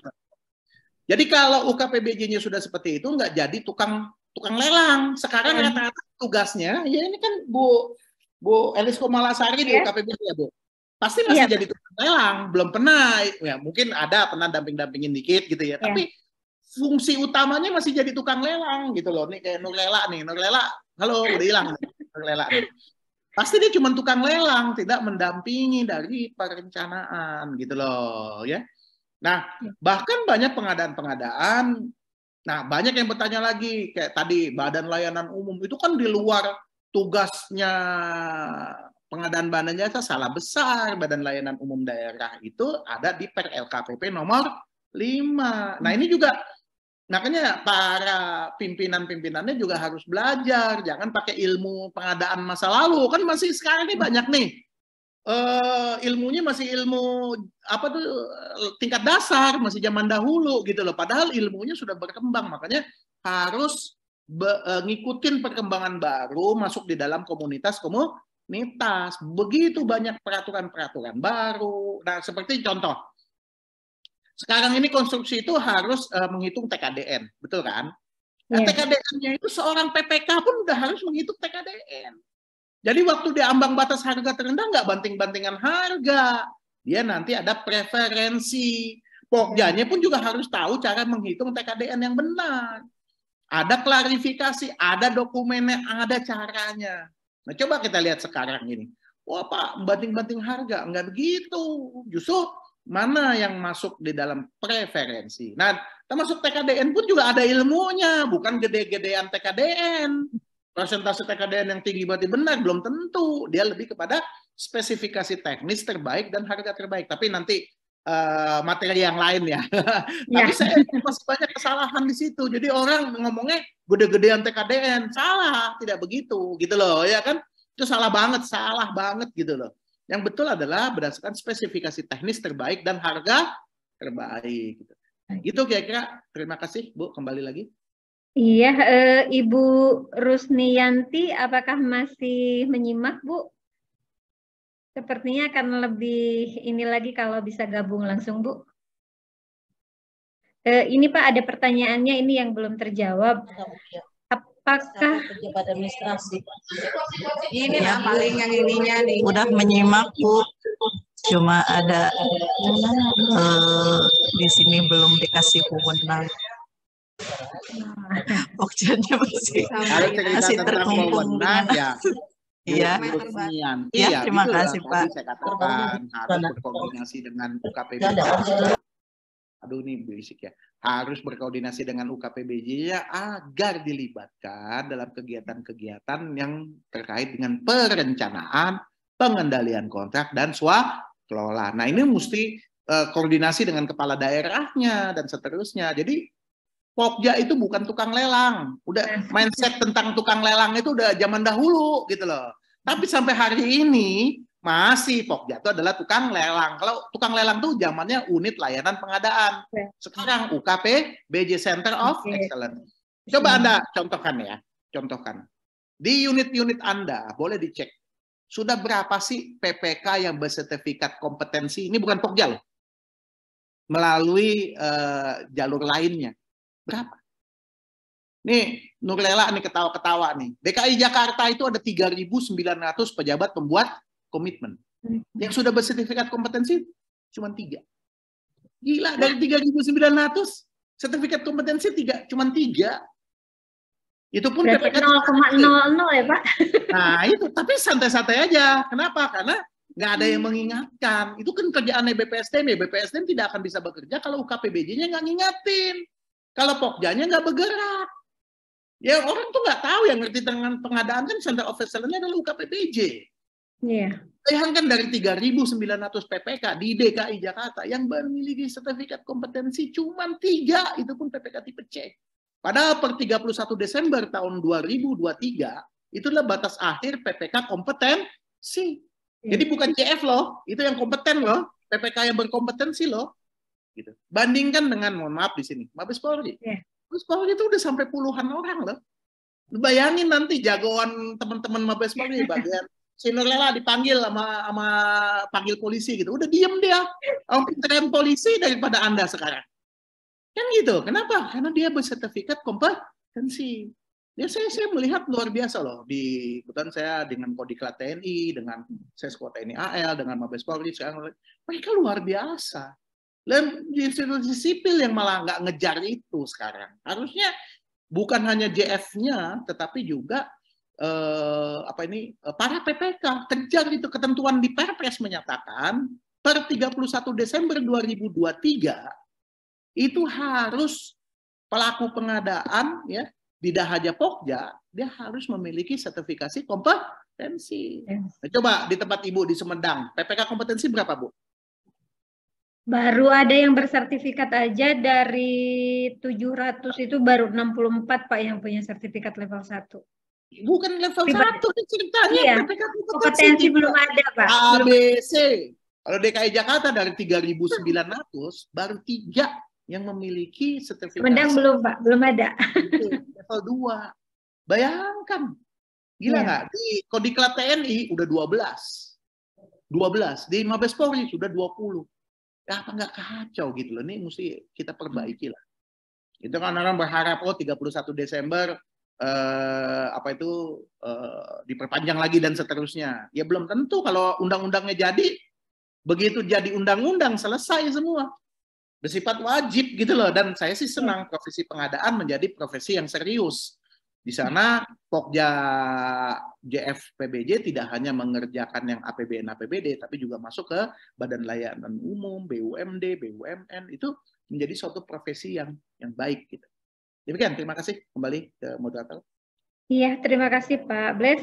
Silakan Bapak dan Ibu, barangkali ada yang ingin didiskusikan lagi. Silakan klik raise hand-nya. Kita lihat di chat nggak ada ya Pak ya. Gini aja Pak, merangkum dari beberapa pertanyaan dan juga mungkin kondisi di kabupaten kota khususnya, bisa Bapak sampaikan gitu, strategi apa yang harus, umpamanya gini Pak, saya pribadi aja sekarang saya Japung hasil penyetaraan Pak, baru menginjak tahun kedua sekarang di JF Muda. Kalau menurut perhitungan, saya mencapai angka kredit itu nanti tahun depan sekitar bulan April gitu. Nah, kalau dari sisi slot di Kabupaten Sumedang kebetulan ada slotnya 4 gitu Pak, masih kosong. Karena kebetulan JFPBJ di Kabupaten Sumedang hanya saya satu-satunya Pak, jadi tidak ada saingan gitu. Tidak ada saingan. Dan juga tidak ada teman gitu Pak. Tapi alhamdulillah ada teman diskusi di grup Pamuji ini. Alhamdulillah juga hari ini bisa ketemu dengan Pak Bles, asesor yang luar biasa. Mudah-mudahan nanti izin, nanti kalau saya japri Bapak langsung. Jadi mohon disampaikan Pak, strategi apa yang harus kita lakukan gitu. Umpamanya ketika slot nggak ada. Terus yang kedua ketika kan kalau dari LKPP kalau tidak salah hanya 30 orang Pak kalau untuk ikut pelatihan gitu. Berarti kan itu sangat rebutan sekali gitu. Nah, apakah ada kesempatan lain, peluang lain ikut di pelatihan tempat yang lain gitu? Atau bagaimana? Jadi intinya strategi apa yang harus kita lakukan supaya kita itu bisa lulus bisa masuk ke Madya gitu. Oke. Ya, mungkin saya langsung sampaikan. Ya, sekarang kan udah ada LSP, Lembaga Sertifikasi Profesi. Salah satunya adalah IAPI. Ikatan Ahli Pengadaan Indonesia itu udah levelnya A loh. Iya. Kan begitu. Jadi kan JF ini kan kebanyakan di IPFI ya, di IPFI ya, ikatan apa? IPFI ya. IPFI ya. Iya, Ikatan Fungsional Pengadaan Barang Jasa. Tapi dia juga harusnya aktif di IAPI, kayak Ibu di Sumedang tuh dengan Jawa Barat berkoordinasi dengan IAPI Jawa Barat agar melakukan pelatihan untuk Madya, karena IAPI ini kan ada di seluruh Indonesia, kalau nggak salah udah di semua provinsi ya, di 32 provinsi. LSP IAPI itu sudah level A, jadi dia mampu menyelenggarakan pelatihan sendiri. Ya, nanti dengan Pak Muji Santosa Training Center Consulting ini bisa bekerja sama, silakan saja. Menurut saya gitu loh. Nanti tidak tergantung kepada slot di LKPP gitu loh, ya kan? Nah, masalah bagaimana biayanya dan sebagainya ya selesaikanlah secara Islam kan begitu ya kan?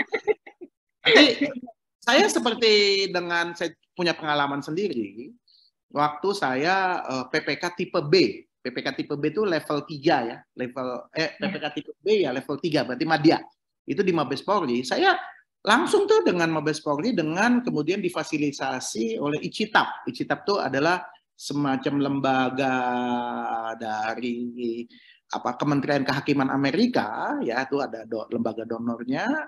Dia bekerja sama dengan Mabes Polri untuk mensertifikasi para pejabat pembuat komitmen untuk tipe B, yaitu level 3. Nah, mungkin di sini Muji Santosa Training Consulting bisa bekerja sama dengan BPSDM setempat, ya kan? Atau nanti kerjasama dengan IAPI untuk menyelenggarakan pelatihan-pelatihan secara mandiri. Jadi seperti itu ya, karena slot di LKPP terbatas sekali, begitulah terbatas sekali. Nah, terutama untuk yang jalur perpindahan dan sebagainya itu kan lebih banyak kepada portofolio gitu loh ya, portofolio gitu. Nah, sekarang aja saya lihat level 2 aja udah hebat banget itu, yang pelatihan itu udah bagus banget saya perhatikan gitu ya. Coachingnya pun sekarang tidak keseluruhan tapi berdasarkan indikator kompetensi gitu loh, gitu. Demikian, terima kasih. Iya, terima kasih Pak. Alhamdulillah informasinya sangat berguna Pak, karena jujur saya belum masuk IAPI Pak, baru masuk IPBI saja. Ini banyak yang saya lihat. Ya. IAPI itu kan ya salah satu pendirinya Pak Muji Santosa juga itu. Jadi IAPI itu kan Ikatan Ahli Pengadaan tapi bukan jabatan fungsional. Jadi jabatan fungsional. Nah itu juga mari bergabung, bukan hanya nggak bergabung lah, komunikasi lah dan sebagainya. Ini sudah jadi LSP tipe A. Silakan bekerja sama saja karena IFT ya. Tapi itu kan bukan LSP, LSP-nya ada di IAPI, silakan. Dan orang-orangnya biasanya gitu-gitu juga nih, IAPI juga IPI. Nah, silakan berkoordinasi di Jawa Barat ya. Masa dari Sumedang berkoordinasinya sama IAPI DKI? Kalau IAPI DKI aktif. Saya kebetulan jadi pengawas di IAPI DKI gitu ya, itu aktif kita. Ya boleh aja nanti buka komunikasi. Kita kan ada IPFE dan seterusnya yang rencananya di Jakarta nih nanti di bulan November atau Oktober, saya lupa. Gitu. Demikian, makasih. Ya, terima kasih Pak. Bapak dan Ibu silakan, masih ada kesempatan. Silakan Bapak dan Ibu, jangan jangan dipendam gitu pertanyaannya. Mumpung ada kesempatan, ini narasumbernya luar biasa nih. Silakan Bapak dan Ibu, barangkali ada yang mau didiskusikan kembali. Sepertinya belum ada lagi Pak. Pak Muji masih menyimak Pak? Pak Muhlis? Barangkali ada tambahan?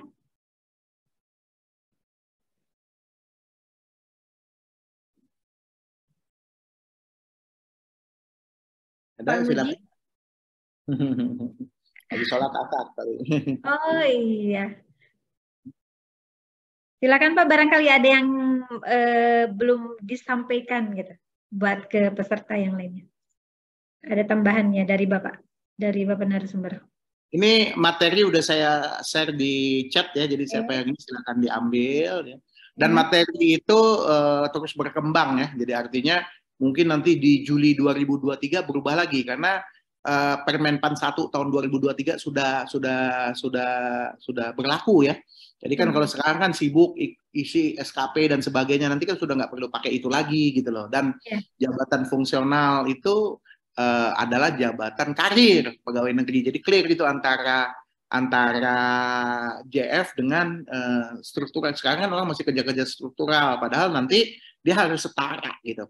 Nah nanti juga banyak hal-hal yang lebih maju. Sebelumnya emang saya belum sempat masukin ke dalam materi saya perbandingan dengan Permenpan nomor 1. Ya kan, sebenarnya banyak sekali yang menarik dari Permenpan nomor 1 ini yang lebih memudahkan orang untuk masuk ke jabatan fungsional, termasuk pindah jabatan fungsional, ya kan. dari struktural ke fungsional, fungsional ke struktural itu sederhana sekali gitu loh. Tapi nanti saja kita bisa bahas di dalam kesempatan yang berbeda ya. Ya, dengan sesi yang lain ya Pak ya. Ini membahas Permenpan sapu jagat. Ya, Permenpan yang menghapus 209 SK atau Permenpan terkait dengan jabatan fungsional. 209 loh kalau saya. Iya, banget.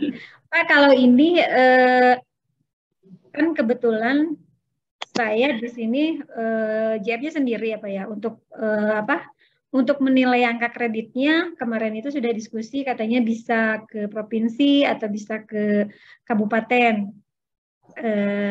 Kalau seperti itu memang boleh Pak diminta ke provinsi gitu. Ya kan minta dinilainya.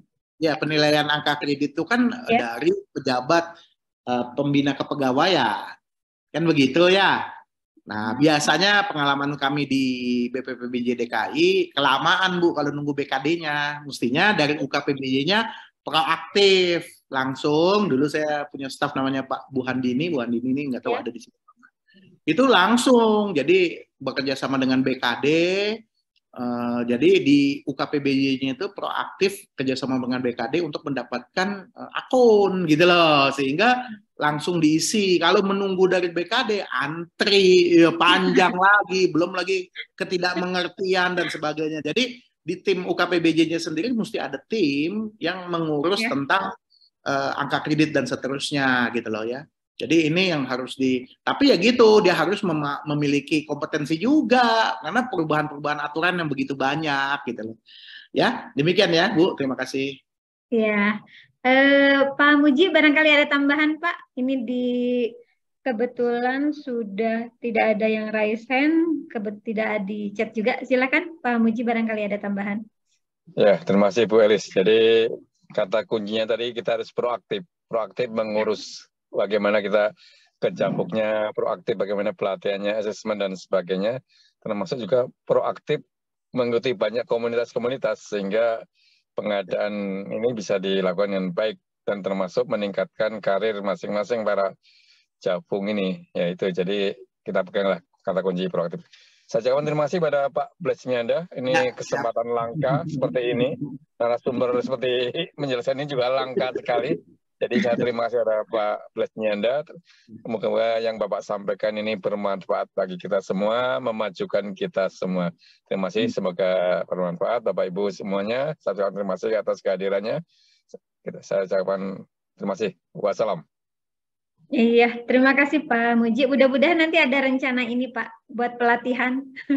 Nah, boleh silakan saja. Jadi terutama yang lagi mau uji kom ya kan. Tapi jangan sering-sering karena saya begitu di bertugas sebagai asesor ya kan ditanya, Pak Bles kenal nggak? Begitu kenal, musibah. Makanya jangan juga kenal. Begitu kenal misalnya nih siapa nih? Bu Elis kenal nggak sama Pak Bles? Pak Bles kenal nggak? Kenal, udah nggak bakalan. Makanya kata batasan sebagai seorang asesor itu ada kode etik ya, kita nggak boleh ini. Jadi kita jadi misalnya di sini ada nih materi apa Pak yang paling banyak keluar saat uji kom.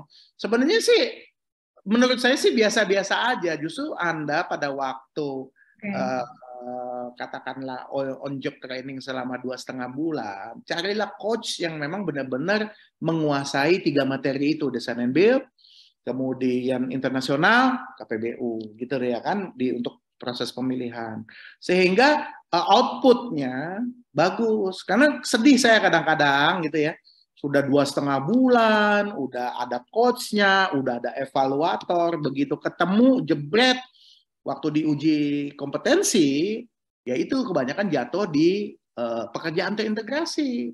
Kenapa? Ya karena modulnya pun juga kurang tepat. Saya bilang silakan Anda cek di PRLKPP 12, di Perpres 12, PRLKPP 12. Sampai hari ini pekerjaan terintegrasi adalah design and build. Tidak ada yang lain dari itu. Ini saya tegasin nih. Wow, yang ini udah bilang, Pak bisa nggak bisa di depan asesor nggak bisa karena asesor bekerja berdasarkan ketentuan. Ketentuannya menyatakan sampai hari ini di PRLKPP 12 pekerjaan terintegrasi adalah pekerjaan konstruksi, design and build. Selain dari itu selesai, kecuali nanti berubah nanti itu yang tadi ya. Demikian, makasih. Iya, terima kasih Pak. Ini ada dari chat dari Ibu Rusnianti, izin apakah bisa share file materi tentang KPBU. Kalau tidak salah sudah dibahas Bu, pernah ada webinar di MSPC tentang KPBU juga. Mudah-mudahan nanti bisa menghubungi admin dari MSPC. Dari chat sudah tidak ada, Raisan sudah tidak ada, dan berhubung dengan waktu juga Pak, sekarang sudah menunjukkan udah pas jam 3:30 sore. Silakan ada closing statement dulu dari Pak Bles. Ya, demikian terima kasih ya. Saya berbangga bisa dikasih kesempatan dalam kegiatan ini kepada Pak Muji Santosa. Pak Muji ini senior, guru saya segala macam ya. Terima kasih Pak Muji. Kemudian juga kepada moderator saya ucapkan terima kasih ya. Saya prinsipnya berbahagia sekali ya ada kegiatan seperti ini, dan bagi teman-teman yang ingin misalnya mau uji kompetensi apa ini namanya jabatan fungsional ya, mau pertama, muda, madya, silakan saja, tetapi tolong jangan menabrak etika Pak. Nah Ibu ya, nanti begitu nabrak etika ya saya akan pegang teguh etika itu, jadi nggak bisa gitu loh ya kan. Tetapi sebagai untuk menambah wawasan dan seterusnya silakan saja ya. Dan sekali lagi saya kalau boleh berpesan sesuai dengan Pak Muji katakan, berkumpullah dengan orang-orang baik gitu. Jadi kalau ada jabatan fungsional yang ngumpulnya sama orang-orang yang berilmu, jangan udah jadi jabatan fungsional tapi nggak pernah update ilmu, itu masalah itu gitu. Udah gitu suka wah, merasa ilmunya sudah cukup, ilmunya udah maju banget gitu loh ya.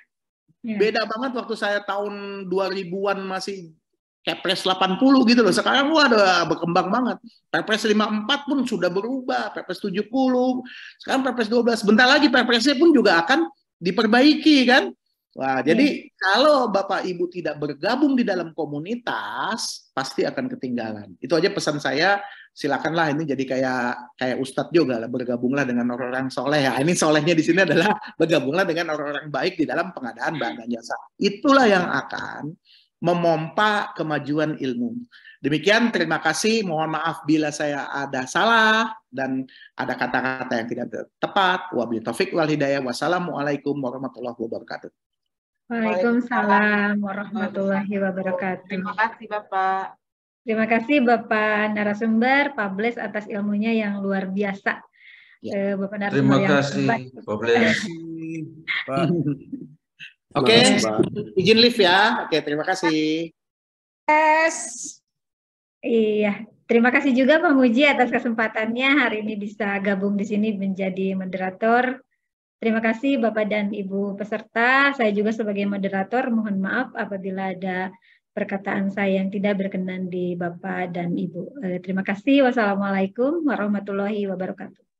Waalaikumsalam warahmatullahi wabarakatuh. Ya, Pak Muhlis baru muncul nih. Enggak baru muncul. Muncul dari tadi. Terima kasih. Terima kasih semuanya. Terima kasih Bapak Ibu semuanya telah hadir dalam webinar MSPC. Bu Teri nih yang lagi ikut ahli madya nih. Kapan Pak di MS ada Pak buat pelatihannya? Di MS ada, agendanya kapan? Belum. Nanti nunggu Pak Muji. Baik. Daftar nih, nomor 1 nih. Cukup ya Bu Elisa untuk kegiatan pada hari ini. Baik Bapak Ibu semuanya, terima kasih. Luar biasa tadi narasumbernya orang top lah Pak Bles ini, luar biasa ilmunya. Baik Bapak Ibu, terima kasih telah gabung dalam diskusi hari ini. Saya akhiri kegiatan pada sore hari ini. Terima kasih, mohon maaf jika selama kegiatan ada kesalahan atau gangguan. Saya akhiri, sehat selalu, salam pengadaan. Wassalamualaikum warahmatullahi wabarakatuh. Waalaikumsalam. Terima kasih Pak. Terima kasih Pak Mugi.